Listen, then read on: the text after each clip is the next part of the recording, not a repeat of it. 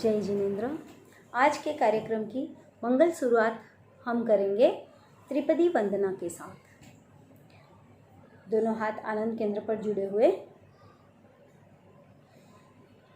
वंदे अरहम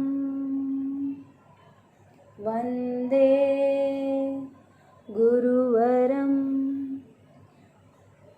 वंदे सत्यम। RJ महिला मंडल की अध्यक्षा अंजू जी सिरोया तथा उनकी पूरी टीम का आभार। आप सब ने मुझे अपने साथ जोड़ा और साथ मिलकर योग दिवस को सेलिब्रेट करने का ये आयोजन किया। योग दिवस 21 जून को क्यों मनाया जाता है, कब से मनाया जाने लगा? ये 2015 से हमारे पीएम नरेंद्र मोदी उन्होंने ये स्टार्ट करवाया। और क्योंकि आज का दिन वर्ष भर के कैलेंडर में सबसे बड़ा दिन होता है तथा ग्रीष्मकालीन संक्रांति का भी आज का दिन होता है, और भी इसके बहुत से कारण हैं, लेकिन हम ये 2 कारण जानेंगे तो भी बहुत है हमारे लिए। दूसरा है कि हम योग को जाने। योग क्या करता है? योग हमको जुड़ना सिखाता है, शारीरिक स्वास्थ्य के साथ मानसिक स्वास्थ्य को जुड़ना सिखाता है। हम जानते हैं कि हमारा अगर शरीर स्वस्थ होगा तो ही हमारा मन भी स्वस्थ होगा, और जब शरीर भी हमारा स्वस्थ है, मन भी हमारा स्वस्थ है, तो हमारा जो विचार है वो सकारात्मक रहेंगे और हमें हर क्षेत्र में सफलता मिलेगी। आइए हम सबसे पहले ओमकार की ध्वनि करते हैं।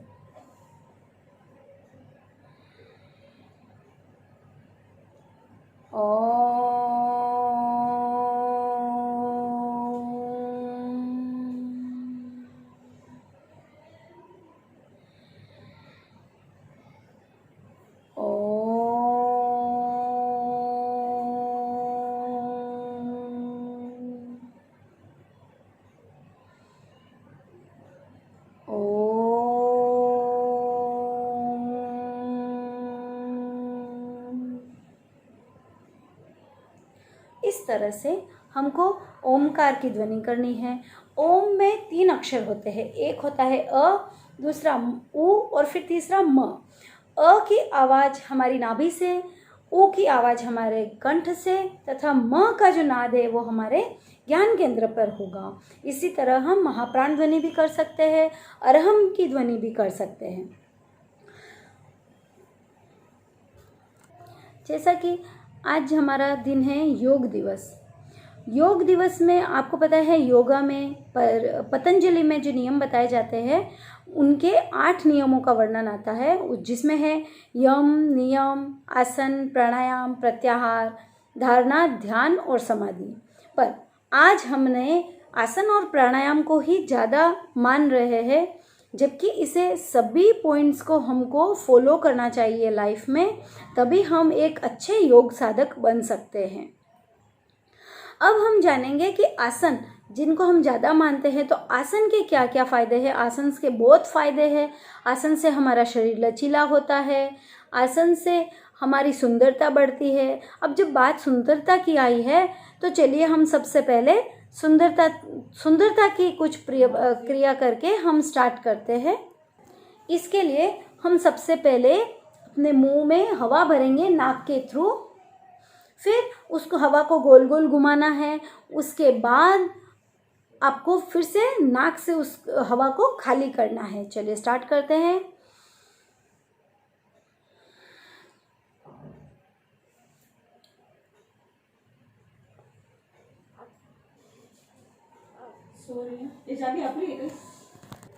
इस तरह से हमको हवा को पूरी तरफ से मुंह में, अब हमको इसकी मसाज करनी है नीचे से ऊपर, फिर इस तरह से फोरहेड पे, नाक के इधर, कान के इधर, इस तरह से हमको पूरे फेस की मसाज कर लेनी है। आपका चेहरे का ग्लो बढ़ जाएगा।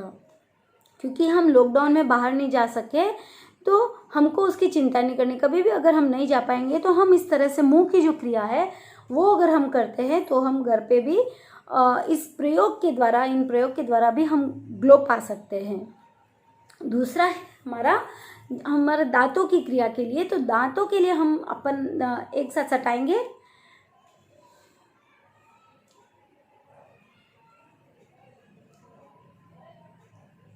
ये प्रयोग करने से आपके दांत और आपके जबड़े मजबूत होते हैं, आपको दांतों का दर्द नहीं होता है।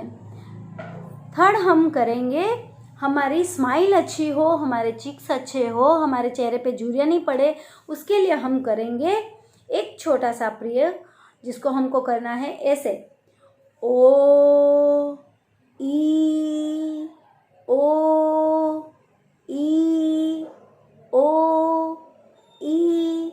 इस तरह से इस प्रयोग को आप बार बार करते रहिए। हो सकता है थोड़ा फनी लगेगा, बट ये आपके लिए बहुत बहुत अच्छा रहेगा। आपको इसका प्रयोग निरंतर करना है।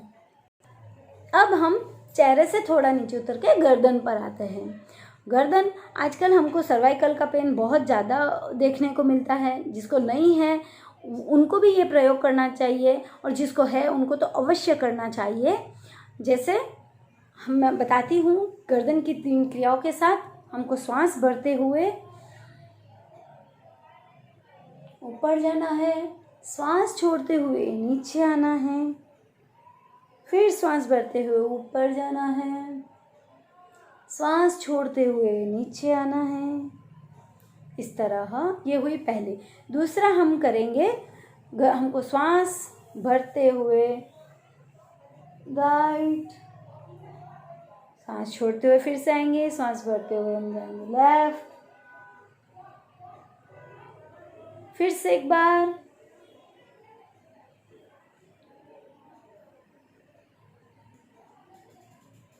हम तीसरी क्रिया करेंगे। सांस भरते हुए अपने कान को कंधों से सटाएं,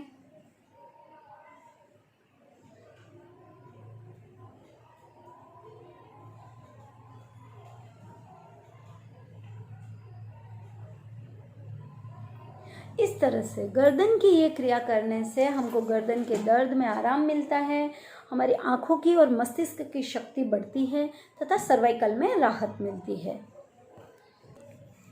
अब हम चलते हैं आसन की तरफ। आसन स्थिर सुखमासनम, जो हम लेट कर सकते हैं, बैठ कर सकते हैं, खड़े होकर कर सकते हैं। आपने ध्यान दिया, मैंने बोला लेट कर, बैठ कर और खड़े होकर। आसन का एक नियम है कि जैसे बच्चा जब जन्म लेता है तो वो लेटा हुआ रहता है, फिर वो धीरे धीरे बैठना सीखता है और फिर वो खड़ा होना सीखता है। तो इसी तरह आसन को भी हमें इसी तरह करना चाहिए। सबसे पहले जो लेट कर करने वाले प्रयोग है उनको करें, और फिर हम बैठ कर करने वाले प्रयोग को करें, और उसके बाद में सबसे लास्ट हम खड़े रहकर जो प्रयोग करने चाहिए वो करें। आसन जो है वो केवल शरीर की क्रियाओं को ही ठीक नहीं करते, बल्कि वाणी और मन को भी स्थिरता प्रदान करते हैं। क्योंकि इसको आप कैसे रिलेट करते हैं कि ये हमारा जैसे सिंपैथेटिक और पैरासिम्पैथेटिक 2 हमारे सिस्टम है, ऑटो नर्वस सिस्टम।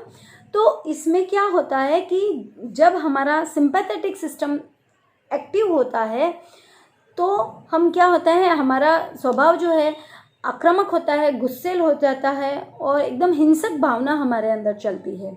जब हमारा पैरासिम्पैथेटिक एक्टिव होता है तो हमारे में दब्बूपन आ जाता है, भयभीत होते, हीन भावना हमारे में आ जाती है।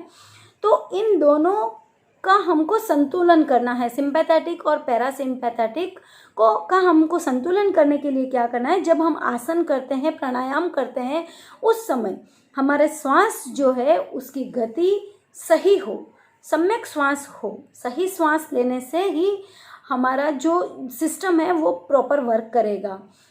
अगर शरीर में रोग है तो वाणी और मन भी उत्तेजित होते रहते हैं। इसके लिए सबसे पहले हमको शरीर को साधना है, जिसमें आसन बहुत उपयोगी है। यहाँ पर हम जैसे सभी आसन करने से हमारे बॉडी में लचीलापन आता है और हमारी बॉडी में बहुत सारे चेंजेस आते हैं। हमारे स्राव संतुलित रहते हैं, और हमें समाधि तक भी ले जा सकते हैं। यहाँ पर हम कुछ आसन मैं बताऊंगी आपको। हम सबसे पहले करेंगे उत्तान पादासन, जिसे हम इस तरह से लेट के करेंगे और अपने पैरों को 30, 60 और 90 डिग्री तक ले जाएंगे।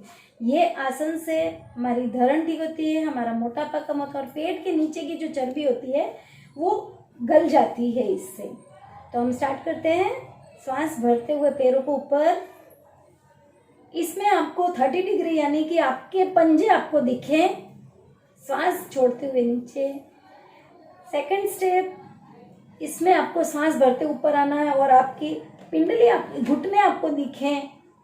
फिर सांस छोड़ते हुए नीचे। इसका थर्ड है पूरा 90 डिग्री तक आपके पूरे पैर आपको दिखे। ये पोजीशन में आकर अपने पैरों को इस तरह से ऊपर की ओर खिंचाव दे, नीचे की ओर खिंचाव दे, ऊपर की ओर खिंचाव दे, नीचे की ओर खिंचाव दे। श्वास छोड़ते हुए नीचे आ जाएं। इसी तरह से हम ये एक हमने किया। अब हम दूसरा करेंगे भुजंगासन, जो कि लेट कर करना है लेकिन पेट के बल करना है। जैसे हमारी ये पोजीशन होगी, हमारा हाथ जो है ये दोनों यहाँ पे, और अच्छे से समझने के लिए आपकी जो योगा मैट है उसके साइड में होना चाहिए। हम श्वास भरते हुए भुजंगासन का करेंगे। हम श्वास भरते हुए ऊपर उठेंगे,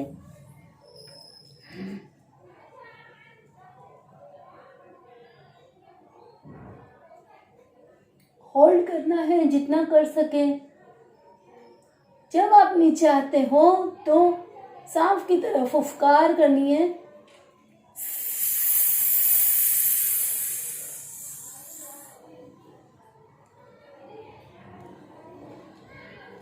इस तरह से हमने भुजंगासन किया। भुजंगासन से आपकी कमर लचीली होती है, आपके पेट की चर्बी ठीक होती है। अब हम करेंगे बैठकर करने वाले आसन। तो बैठ के करने वाले आसन में सबसे पहले हम वज्रासन को लेते हैं। ये वज्रासन ये होता है, ये वज्र की तरह हमको मजबूत बनाना है और ये एक ही आसन है जिसको हम खाना खाने के बाद कर सकते हैं। दूसरा आसन हमारा होगा, जैसे आप ऐसे पद्मासन लगा सकते हो। अगर किसी से पद्मासन अच्छे से नहीं लगता है तो सबसे पहले जो पैरों की सूक्ष्म क्रिया होती है वो सूक्ष्म क्रिया कर लीजिए, आपसे पद्मासन अच्छी तरह से लग सकता है। ये एक ध्यान आसन है, बहुत अच्छा आसन है। उसके बाद हम करेंगे, अब हम करेंगे खड़े होकर करने वाले आसन। तो उसमें सबसे पहले ये हो गया हमारा संपाद आसन। संपाद आसन में क्या होता है ना, आपके हाथ सातल से सटे हुए, पूरा आपका बॉडी का जो पोस्चर है वो एक सीधा एक समान और एक बिंदु पर आप देखिए। दूसरा हम करेंगे ताड़ासन का प्रयोग। ताड़ासन के लिए आपके जो पैर है वो थोड़ा सा खुले हुए हो, एड़ियाँ मिली हुई हो, पंजे खुले हुए हो, और फिर आप इस तरह से लॉक कीजिए। फिर फर्स्ट सेकेंड, फिर आप अपने इस ऊपर उठिए, श्वास भरते हुए ऊपर उठेंगे। जितना तनाव दे सकते हैं दीजिए, इससे आपका आलस्य दूर होगा, आपकी एकाग्रता बढ़ेगी और लंबाई भी बढ़ती है इससे। फिर श्वास छोड़ते हुए पहले अपनी एड़ी को नीचे लाएं, हाथों को जैसे ले गए थे वैसे ही सामने की तरफ से नीचे लाए, लोग खोले, कंप्लीट। अब हम करेंगे कोणासन। कोणासन के लिए पहले राइट हैंड अप करेंगे और जितना आप झुक सकते हैं श्वास छोड़ते हुए लेफ्ट साइड में झुकें। फिर दूसरी तरफ से श्वास छोड़ते हुए नीचे की तरफ जाएंगे, जितना झुक सकते हैं झुके। कान आपके हाथ और कान सटे हुए रहें, इससे आपकी यहाँ की चर्बी गलती है। मैंने आपको कुछ आसन के प्रयोग करके बताए। अब हम चलते हैं प्राणायाम की तरफ।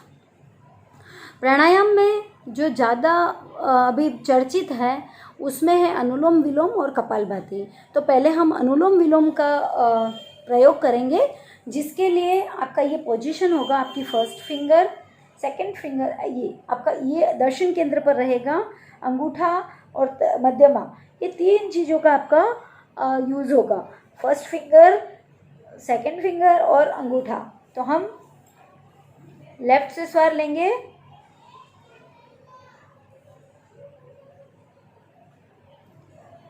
राइट से छोड़ेंगे, राइट से लिया, लेफ्ट से छोड़ा,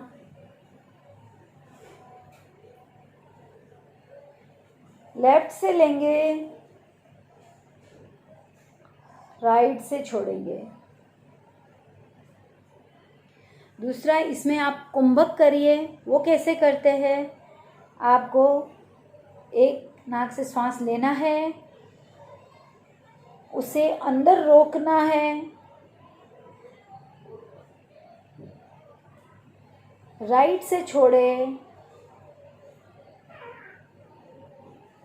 बाहर रुके,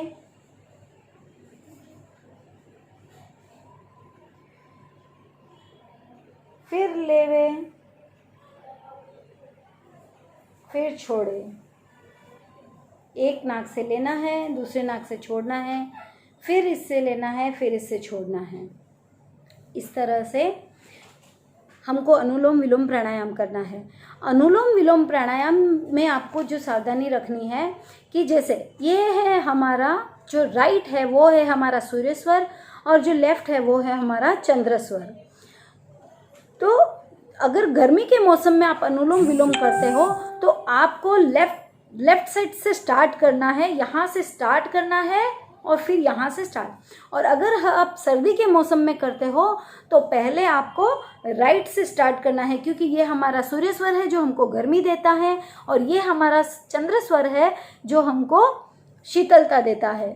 तो हमको दोनों में बैलेंस बना के रखना है, जिससे क्या होगा कि हमारे शरीर का तापमान संतुलित रहेगा, नाड़ी शोधन होगा, मस्तिष्क को पर्याप्त ऑक्सीजन मिलने से स्मरण शक्ति और एकाग्रता का विकास होता है, हमारा जो क्रोध है वो शांत हो जाएगा और हमारा जो ब्रेन है उसका राइट और लेफ्ट दोनों में संतुलन बना रहेगा।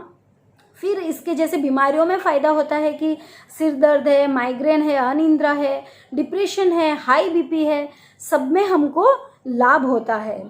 फिर संतुलन और समरसता लाने वाला ये प्रयोग बहुत उपयोगी है, इसको आप जरूर करें। दूसरा हमारा प्रयोग है कपालभाति। कपालभाति प्रयोग में क्या करना है, हमको सीधे बैठना है, हमारा पोजीशन रीढ़ की हड्डी सीधी रहेगी और हमारा गर्दन जो है वो भी सीधा रहेगा और हमको श्वास लेना है और झटके से छोड़ना है। प्रयोग करते समय आपको श्वास लेने के लिए नहीं रुकना है, वो अपने आप आएगा, अपने आप जाएगा। जैसे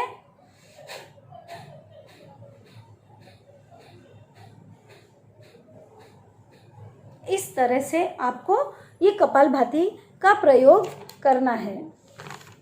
कपालभाति का प्रयोग करने से हमको हमारा जो रक्त संचार है वो संतुलित होता है और इसका सबसे बड़ा फ़ायदा होता है हमारा मोटापा कम होता है और हमारा जो डाइजेस्टिव सिस्टम जो है वो एकदम प्रॉपर वे में काम करता है। अब हम अपने अगले पॉइंट पे आते हैं, आहार पर। कहते हैं जैसा खाए अन्न वैसा रहे मन और वैसा ही होता है तन। योगासन के साथ हम आजकल जो इतने एक्टिव हो गए हैं, योगा तो सब कर लेते हैं लेकिन खाने पीने का ध्यान नहीं रखते हैं हम। जैसे कि कभी भी खा लिया, कोई टाइम फिक्स नहीं है हमारा और उसकी कोई दिनचर्या नहीं है हमारी बनी हुई कि हमको कब खाना चाहिए, क्या खाना चाहिए, कैसे खाना चाहिए। तो इन सब का एक शेड्यूल हमारे पास होना चाहिए। और जो खाने का जहाँ बात है तो सबसे पहले वो पौष्टिक होना चाहिए। पौष्टिक आहार में प्रोटीन, वसा, विटामिन, खनिज आदि सबकी मात्रा जो है वो निश्चित होनी चाहिए। एकदम निश्चित मात्रा में जब आपके शरीर में अगर आहार जाएगा तो वो आपको निश्चित ही एक बहुत अच्छा परिणाम देगा और आप एकदम स्वस्थ रहेंगे। पोषक तत्वों से परिपूर्ण भोजन जो होता है ना, उससे क्या होता है कि व्यक्ति बलशाली बनता है, बुद्धिमानी बनता है और स्वस्थ बनता है। हमने भोजन को कैसे करना है वो तो जान लिया, पर हमको भोजन नहीं करने का भी स्वाद लेना है तो हमको सप्ताह में एक बार हमारे पेट को विश्राम देना चाहिए। जिससे क्या होता है ना, क्योंकि क्या होता है ना, हमारा शरीर जो है वो एक मशीन की तरह काम करता है, जो दिन भर जैसे कि सांस लेना, रक्त की शुद्धिकरण करना, भोजन को पचाना, तो इतने सारे काम उसके होते हैं, तो उसको आराम की ज़रूरत होती है। तो इससे आराम हम कैसे दे सकते हैं? उपवास के द्वारा, एकासन के द्वारा, या फिर आप उनोदरी तप भी कर सकते हैं। इससे भी आप उसको रेस्ट दे सकते हैं। इससे आपके गुर्दे को, आमाशय को, अग्नाशय को, सारे आपके अवयव जो है पाचन तंत्र से जुड़े हुए, उनको रेस्ट मिलेगा और वो एक नई एनर्जी के साथ आपको मतलब आपका जो शरीर का क्रियाकलाप है वो अच्छी तरह से प्रेजेंट हो पाएगा। आप जाने कि खाना हमारे लिए है, हम खाने के लिए नहीं है, इस बात का हमेशा ध्यान रखें। और एक बात कि जब भी आपका मन करे, ये एक बहुत अच्छी टिप है जो सबको फॉलो करनी चाहिए, कि जब भी आपका मन करे, जाऊं या ना जाऊं, मैं मतलब मल विसर्जन की बात कर रही हूँ, आपको जाना है कि मैं जाऊँ या नहीं जाऊँ, अभी जाऊँ। हम क्या करते हैं, हमारे को जब जाना होता है, फ्रेश होना होता है, तो हम क्या होता है कभी कभी इग्नोर कर देते, नहीं जाते। तो क्या होता है, जब आप इसको क्या करेंगे, जब आपके जाने का मन करे तो जाऊँ या नहीं जाऊँ, तो आप ज़रूर जाए। लेकिन अगर आपका खाने का मन कर रहा हो और आपका मन करे खाऊं या नहीं खाऊं, तो बिल्कुल ना खाएं, क्योंकि उस टाइम आपके जो बॉडी के ऑर्गन्स है, जो पाचन तंत्र जो है, वो आपको अलाउड नहीं करेगा कि आप उसको और कुछ दो। अब तक हमने आसन, प्राणायाम और कुछ प्रयोग सब कुछ जान लिए हैं। अब हम जानते हैं कि आसन और प्राणायाम में अंतर क्या है, क्यों हमारे लिए आसन ज़्यादा उपयोगी होते हैं। तो मैं आपके सामने कुछ पॉइंट्स बताऊंगी कि जैसे आसन करने से हमारी उम्र बढ़ती है। व्यायाम जो करते हैं, एक्सरसाइज करने वाला पहलवान तो बन सकता है, पर क्या होता है ना, पहलवानों की उम्र कम हो जाती है। दूसरा, आसन करने से शरीर हल्का होता है, पतला होता है, फुर्तीला भी बनता है। और व्यायाम करने से हमारा शरीर स्थूल और मजबूत बनता है। फिर आसन से हमारा शरीर जो है लचीला होता है और वृद्धावस्था में भी हम एकदम यंग दिखते हैं। जबकि व्यायाम या कसरत करने से हमारी मांसपेशियां जो होती है कठोर हो जाती है, तो हम जल्दी से बुढ़ापे की ओर चले जाते हैं। और आसन करने के बाद हमको एक नई ताजगी मिलती है, जबकि एक्सरसाइज करने के बाद हमको एक थकान सी महसूस करते हैं हम। फिर आसन जो है वो हर एज का व्यक्ति कर सकता है, और व्यायाम जो है वो हर एक व्यक्ति नहीं कर सकता। जैसे एज वाले हैं, बहुत एज वाले तो वो नहीं कर पाएंगे। तो वैसे ही इसके आसन के करने से हमारा जो रक्त परिसंचरण है वो सुचारू और व्यवस्थित काम करता है, और व्यायाम करने से हमारा जो रक्त संचार है हमारी बॉडी वो एकदम फास्ट हो जाता है। तो ये कुछ मैं ऐसे बताइए। और एक सबसे मेन, जब हम आसन करते हैं तो हम अंतर्मुखी बनते हैं, हम अध्यात्म की ओर गति करते हैं। जब हम व्यायाम करते हैं तो हमारा जो गति है वो बहिर्मुक्त की ओर, तो हम भौतिकता की तरफ ज़्यादा जाते हैं। तो ये कुछ बताए हैं मैंने, आसन और प्राणायाम का फ़र्क बताया है। तो आप इनको नोटिस कीजिए कि सही में ये आपके लिए फलदायी है या नहीं है।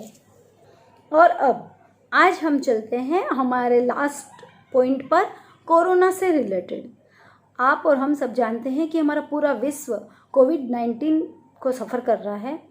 इसमें कई सारी जानें गई है, कई इसको अभी भी भोग रहे हैं। और सब कैसे ना, हम पहले कहते थे सबको आपस में मिलना चाहिए, एक दूसरे के साथ एकजुट होकर रहना चाहिए। इसने हमको सिखा दिया है कि नहीं, आपको एकजुट होकर नहीं, हम जितना दूर रहोगे, जितना आप डिस्टेंस रखोगे उतने आप स्वस्थ रहोगे। तो हम पहले तो मैं ये बताना चाहूँगी कि कोरोना में क्या होता है। कोरोना एक वायरस है, वायरस हो, बैक्टीरिया हो, ये हमारे शरीर में ऑलरेडी होते हैं।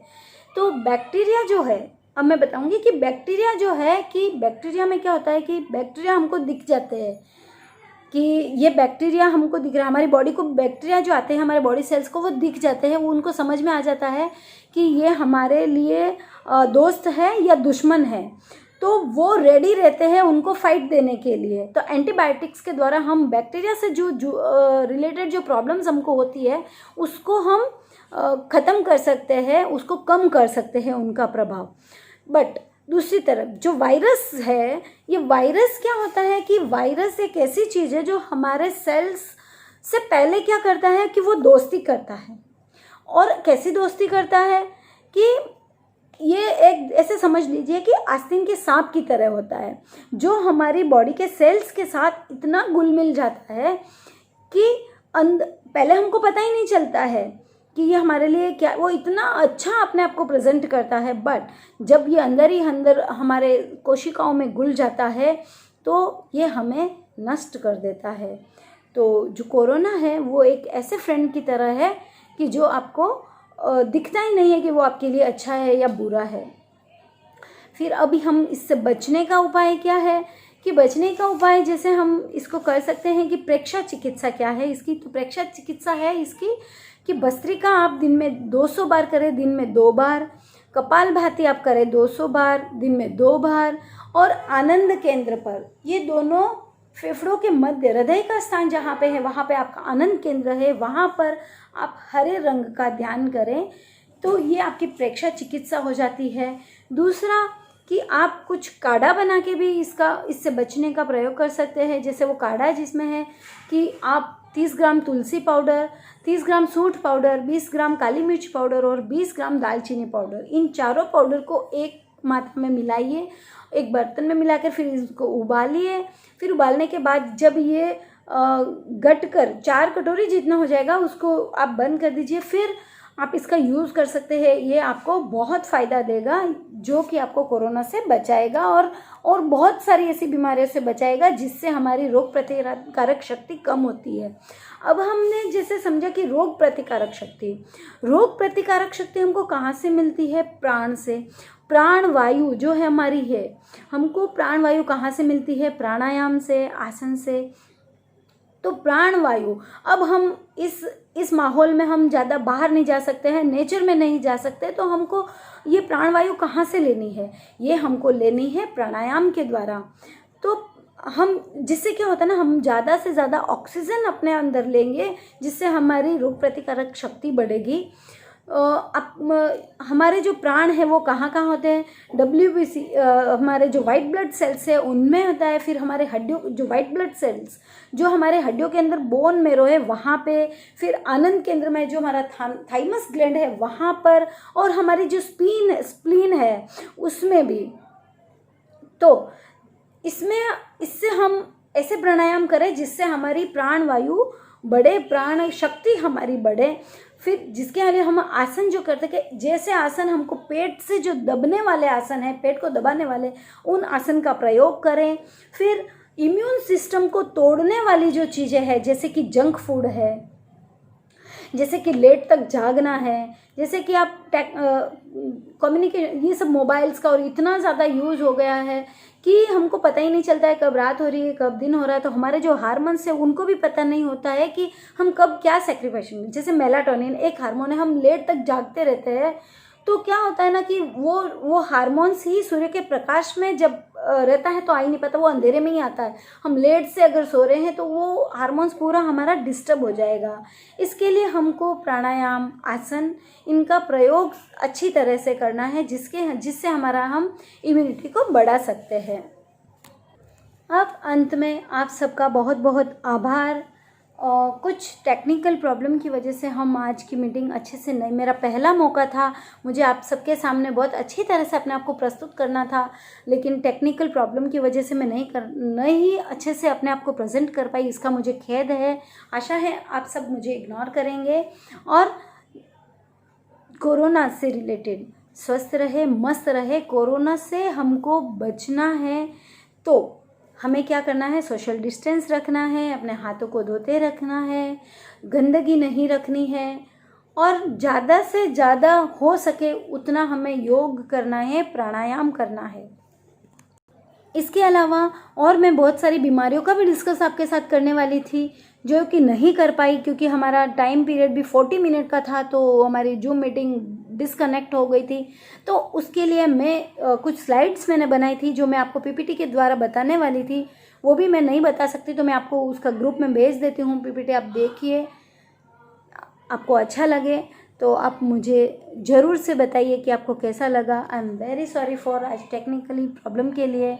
ओम और हम आप सबको योग दिवस की हार्दिक हार्दिक हार्दिक शुभकामनाएं।